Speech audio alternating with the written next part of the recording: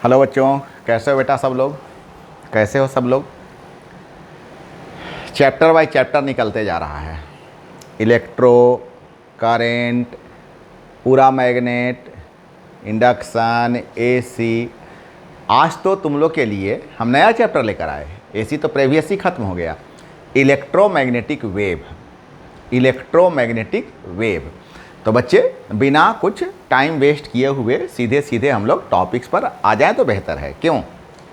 लिख लिख कर प्रैक्टिस कर रहे हो ना सब? जितना लॉन्ग क्वेश्चन है वो सारे लॉन्ग क्वेश्चन का लिख लिख कर प्रैक्टिस करो। मैं तो तुम लोग का वो इम्पोर्टेंस क्वेश्चन का कुछ लिस्ट भी शेयर कर दिया हूँ, इम्पोर्टेंस क्वेश्चन का कुछ लिस्ट भी शेयर कर दिया हूँ। तो अब तो तुम्हारे पास क्वेश्चन की भी कमी नहीं है। उस क्वेश्चन को क्या करो, लिख लिख कर प्रैक्टिस करो और उसको ऐसे स्क्रैच करते जाओ। ये क्वेश्चन हो गया, एक क्वेश्चन हो गया, एक क्वेश्चन हो गया, ऐसे ऐसे पूरा करते जाओ। 2 क्वेश्चन 3 क्वेश्चन, 2 क्वेश्चन 3 क्वेश्चन, ऐसे करके पर डे करते जाओ। और क्वेश्चन बैंक को तुम अच्छा से रट्टा मार लो। इतना सा भी तुम्हारा बाल बांका होने वाला नहीं है। एक जरा प्रॉब्लम्स नहीं होगा, बहुत नंबर लाओगे, मार्कशीट पर भर भर कर नंबर रहेगा। तो चलो आते हैं मुद्दा पर, हम लोग थोड़े काम की बात कर लें। तो अभी का जो टॉपिक्स है तुम्हारा, तो नया चैप्टर नंबर 8 लेकर के तुम्हारे पास आए हैं। The name of the chapter is electromagnetic wave, विद्युत चुंबकीय तरंग। और उसका ये ज़्यादा बड़ा चैप्टर नहीं है, ये छोटा चैप्टर है, 2 लेक्चर में हो जाएगा। एक आज ले लेते हैं और एक फिर इसके बाद वाला जो क्लास होगा उसमें, वो तो ज़्यादा बड़ा क्लास भी नहीं रहेगा, तो या रहेगा जो भी रहेगा। तो कहने का मतलब 2 क्लास में ये चैप्टर फिनिश हो जाएगा। तो ये लेक्चर 1, इसमें सबसे पहले ऑब्जेक्टिव आते हैं। सबसे पहले इसका एमसीक्यू। जानते हो किसी भी चैप्टर का जो फर्स्ट क्लास तुम्हारा होता है एमसीक्यू होता है। और फटाफट करते चलना। क्वेश्चन है कि Maxwell in his famous equations of electromagnetism introduce the concept of. Maxwell ने विद्युत चुंबकत्व के अपने प्रसिद्ध समीकरण में किसकी अवधारणा प्रस्तुत की? क्या एसी करंट का किया? नहीं, डिस्प्लेसमेंट करंट का किया। So B is your correct answer. विस्थापन धारा, B is your correct answer. विस्थापन धारा का अवधारणा उन्होंने प्रस्तुत किया था। उन्होंने डिस्प्लेसमेंट करंट के बारे में बताया था। जो मैक्सवेल थे, मैक्सवेल साहब, डिस्प्लेसमेंट करंट के बारे में बताया था। So B is your correct answer. Conduction current is same as the displacement current when the source is only alternating current? नहीं। Only direct current? नहीं। आइदर अल्टरनेटिंग और yes. C is your correct answer. C is your correct answer. A भी गलत है, सो सी केवल correct answer है। या तो प्रत्यावर्ती धारा या तो डिस्ट धारा। Conduction current is same as the displacement current when the source is either alternating current और direct current. So C is your correct answer. Question number 3, suitable radiation for telecommunication के लिए सुटेबल रेडिएशन क्या है? Ultra? नहीं, ultra से telecommunication है। Visible से telecommunication, x ray से टेलीकम्युनिकेशन, हाँ, माइक्रोवेव से टेलीकम्युनिकेशन होता है। दूर संचार, टेलीकम्युनिकेशन को हिंदी में दूर संचार के लिए कौन सा विकिरण इंपॉर्टेंस है, उपयुक्त है? तो माइक्रो तरंगे उपयुक्त है। फटाफट करते चलोगे। The speed of electromagnetic wave in vacuum, ये तो बहुत ही पॉपुलर फार्मूला है। ये तो बहुत ही पॉपुलर फार्मूला है।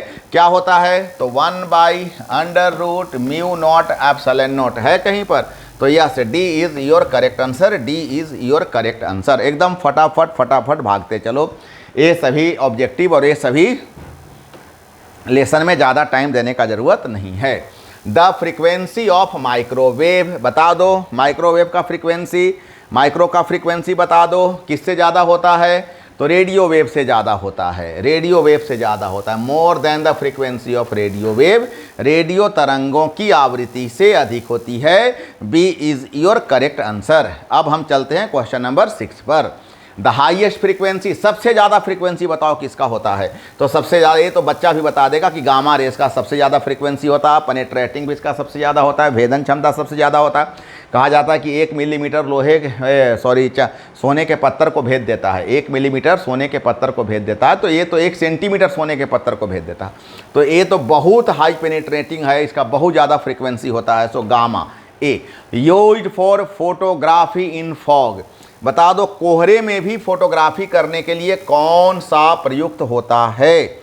तो इंफ्रारे, जितने भी हमारे सैनिक जो अभी गए थे एयर स्ट्राइक में, वो सारे के सारे के राइफल में लगा हुआ इंफ्रारे लगा हुआ था, वो अंधेरे में भी उनको दिख रहा था। इंफ्रारे, समुद्र के भीतर जो गोताखोर लोग जाता है वो सब इंफ्रारे लगा करके जाता है, उस चश्मे में इंफ्रारे लगा हुआ रहता है ताकि उसको अंधेरे में भी दिखाई देता है, कोहरे में दिखाई दे देगा, रात में दिखाई दे देगा, तो इंफ्रारे लगा हुआ रहता है फोटोग्राफी के लिए।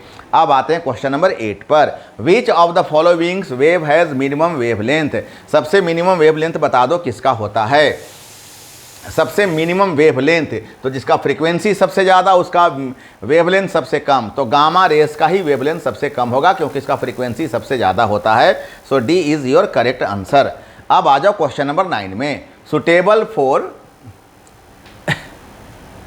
डिसइंफेक्टिंग वाटर, अच्छा डिसइंफेक्टिंग वाटर मतलब डिसइंफेक्टिंग वाटर मतलब कीटाणु युक्त, कीटाणु मतलब इफेक्टिंग वाटर हो गया कीटाणु युक्त और डिसइंफेक्टिंग का मतलब हो गया कीटाणु रहित। एक्चुअली क्या है ना, इन्फेक्टिव लिखा हुआ, डिसइंफेक्टिंग। तो जल को कीटाणु रहित करने के लिए क्या करना चाहिए, कौन सा उसमें रे डाल देना चाहिए कीटाणु रहित करने के लिए, तो उसमें अल्ट्रा वायलेट रे डाल देना चाहिए। अल्ट्रा वायलेट डालने से उसके जितने भी विकिरण हैं सब, जितने भी उसके जो कीटाणु हैं सब के सब मर जाते हैं। इसीलिए डॉक्टर के तुम देखता होगा उसमें क्या बोलते हैं कि जो उसका ओटी होता है, ऑपरेशन थिएटर होता है, सब में देखना पराबैंगनी किरण का अल्ट्रा वायलेट डेवलप करने वाला मशीन लगा हुआ रहता है और उसी में सब औजार डाल करके, हम इसके बारे में जो लॉन्ग क्वेश्चन लेकर के आएंगे तो हम और डिस्कस करेंगे। अभी तुम अपने अकॉर्डिंग टू क्वेश्चन आगे चलते चलो। According to question, the energy in an electromagnetic wave, एक विद्युत चुंबकीय तरंग में ऊर्जा, एक विद्युत चुंबकीय तरंग में ऊर्जा, wholly share only by the electric field vector, नहीं, wholly share by magnetic field, नहीं, इक्वली डिवाइडेड इनटू, देखो इसका जो ग्राफ होता है ना वो ऐसा होता है, ऐसा होता है, एक तरफ इलेक्ट्रिक फील्ड बनता है और एक तरफ परपेंडिकुलरली मैग्नेटिक फील्ड बनता है, तो दोनों इसमें होता है, equally divided between electric and magnetic field. So D is your correct answer. अब आते हैं हम लोग सब्जेक्टिव क्वेश्चन में, ये भी सब्जेक्टिव कहने का है।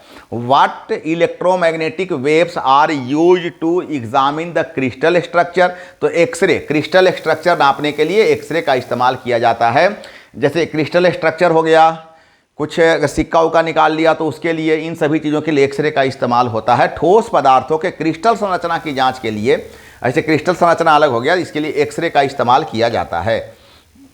ये सब शॉर्ट है इसलिए फटाफट भागते जा रहे हैं। बताओ इलेक्ट्रोमैग्नेटिक वेव आर कैसा तरंग है, तो ट्रांसवर्स नेचर का होता है। जिसका भी ग्राफ ऐसा बने समझ लेना सब ट्रांसवर्स नेचर का है। सो ये ट्रांसवर्स नेचर का है, अनुप्रस्थ तरंग है, ट्रांसवर्स नेचर का है। अगला, which section of the electromagnetic spectrum is observed from sunlight by the ozone layer, ozone परत द्वारा विद्युत चुंबकीय वर्णक्रम का कौन सा हिस्सा सूर्य प्रकाश से अवशोषित होता है, तो अल्ट्रा वायलेट रे, ओजोन लेयर। यही तो बात है ना कि आज के डेट में संसार को चिंता हो गया है कि अगर ओजोन लेयर जैसे जैसे पतला होते जाएगा, अल्ट्रा वायलेट धरती पर ज़्यादा आते जाएगा और हम लोग को उतना नुकसान होगा। तो ओजोन लेयर अल्ट्रा वायलेट रे को ऑब्जर्व कर लेता है। अब आओ क्वेश्चन नंबर 4 पर। Electromagnetic waves are generated by कौन सा पार्टिकल, किसके द्वारा, तो इलेक्ट्रिकली चार्ज पार्टिकल के द्वारा, इलेक्ट्रिकली चार्ज पार्टिकल के द्वारा, विद्युत आवेशित कणों के द्वारा उत्पन्न होती है, जो त्वरण की स्थिति में होती है, जो एक्सेलेरेशन का मोड में होता है, स्टेट ऑफ एक्सेलेरेशन होता है। Wrote some property, write some properties of electromagnetic wave, electromagnetic wave के 5 गुण बता दो। तो अभी बताएं कि इसका जो मतलब बात जान लो कि इसका जो स्पीड होता है स्पीड ऑफ लाइट के बराबर होता है। For propagation the wave medium is not required, इसको किसी आगे बढ़ने के लिए किसी माध्यम की आवश्यकता नहीं होती है।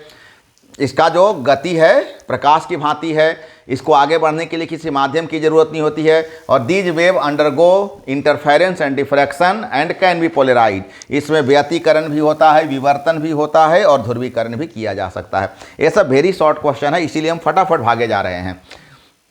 व्हाट इज इलेक्ट्रोमैग्नेटिक वेव, बता दो विद्युत चुंबकीय तरंग क्या है, तो विद्युत चुंबकीय तरंग देख लो।